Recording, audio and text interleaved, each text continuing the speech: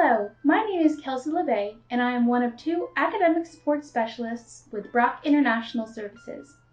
Today, we will discuss paraphrasing and summarizing in writing, one of the most essential academic skills in university.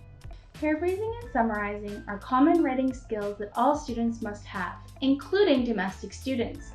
However, international students might often struggle with them because writing expectations are not universal. For example, in Canada and in the US, it is expected to see mostly paraphrasing and summarizing with only a few quotes in writing. Whereas in other countries, it may be expected to see a lot of quotes instead, as the author said it best.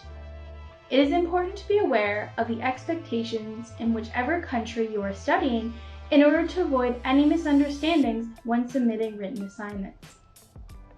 First, it is helpful to understand the difference between paraphrasing and summarizing. Both paraphrases and summaries are ways for you to include other people's ideas in your writing. They both do not and should not match the original source word for word, and they must both give credit to the original source. By doing so, both paraphrasing and summarizing help you as the writer avoid unintentional plagiarism. Although they have similarities, they also each serve a purpose in writing and have their own unique features. Paraphrasing involves putting a passage from a source in your own words. This means that your writing should be approximately the same length as the original passage. In contrast, summarizing involves putting the main ideas of a source in your own words, presenting a broad overview of the author's ideas and arguments. In this case, unlike paraphrases, summaries are much shorter than the original text or passage. You may wonder, how do I know when to paraphrase or when to summarize? Students often struggle in writing not because they are bad at writing, but rather because they are unsure of the kind of writing skills they need. When it comes time to write using other people's ideas, it helps to consider these points. If you want to clarify or explain the main ideas of a short passage in a piece of writing, generally 1 to 2 paragraphs, if you want to avoid overusing quotes, or if you need to report numerical data or stats, it is best to paraphrase. If you need to establish background or offer an overview, describe knowledge or ideas from several sources about a topic, or determine the main ideas from a single source, it is best to summarize. Let's look at each writing skill and learn exactly how each of these are done. We will first look at paraphrasing, or restating someone else's ideas in your own language at roughly the same level of detail. There are many ways to paraphrase so that you avoid writing exactly what others have said, while also keeping true to their ideas. First, you want to make sure you keep to the meaning of the text. To do this, be sure you read the text carefully and try to think about what the author was trying to say. A trick I often do is ask myself, what does that mean? If you read a text and it includes more sophisticated language, try to decode it and think, what is the author trying to say? After you understand the meaning, try to find synonyms or words that have the same meaning in your own style of writing.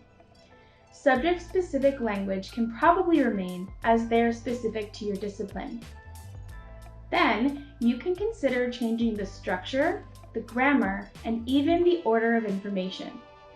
Making one sentence instead of 2, changing a word from being a verb to a noun, or even presenting certain ideas before others. The possibilities are endless, as long as your writing makes sense. The last important part is to remember to cite the original source in your writing with the preferred citation style of your institution and specific course. By doing so, you can ensure that you are writing with academic integrity and avoid unintentional plagiarism. Lastly, it is important to state that these are not in any way the only steps to paraphrase. These are simply the quick tips on how to paraphrase while writing.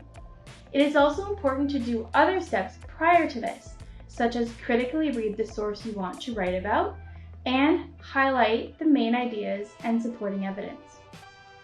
Here's an example of a paragraph from a text.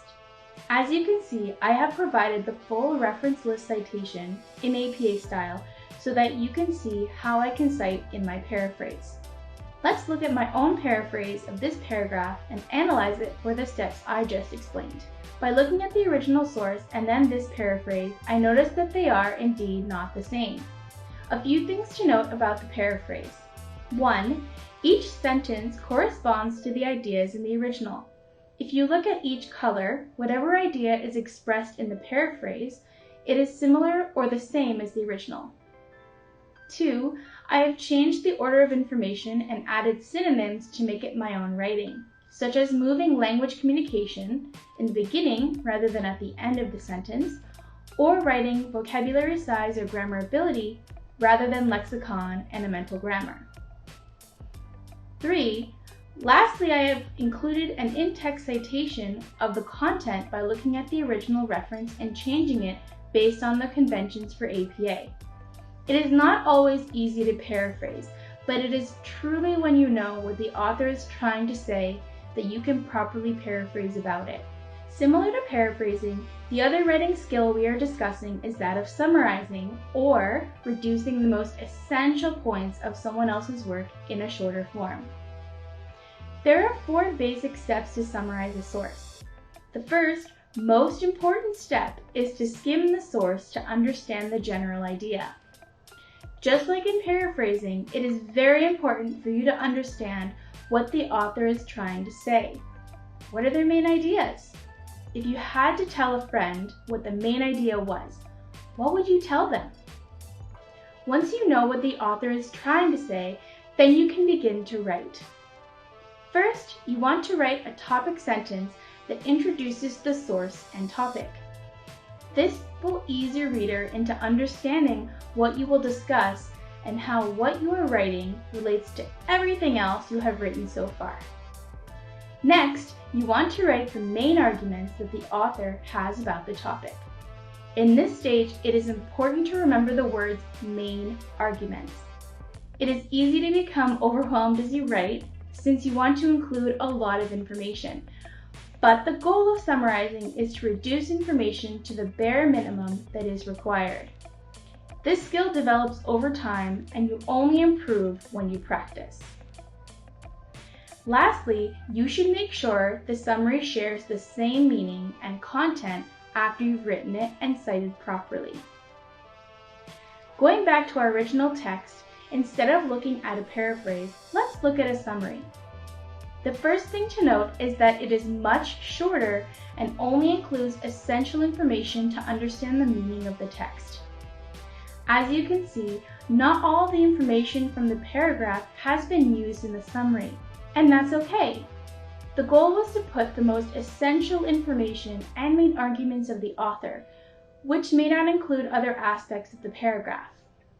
If we have more of the original text, or if we had other paragraphs written, our decisions on what are considered important might also change.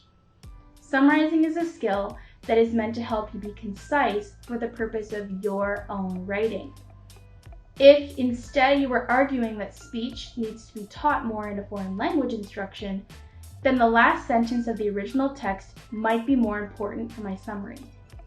Regardless, it is up to you to determine what information is most important for your task and to ensure that your summary accurately expresses the meaning and intent of the author. Thank you for watching our final mini lesson discussing paraphrasing and summarizing in writing in our video series Prep Plus. Stay tuned for the next module in our video series, Employment Skills for the Canadian Job Market.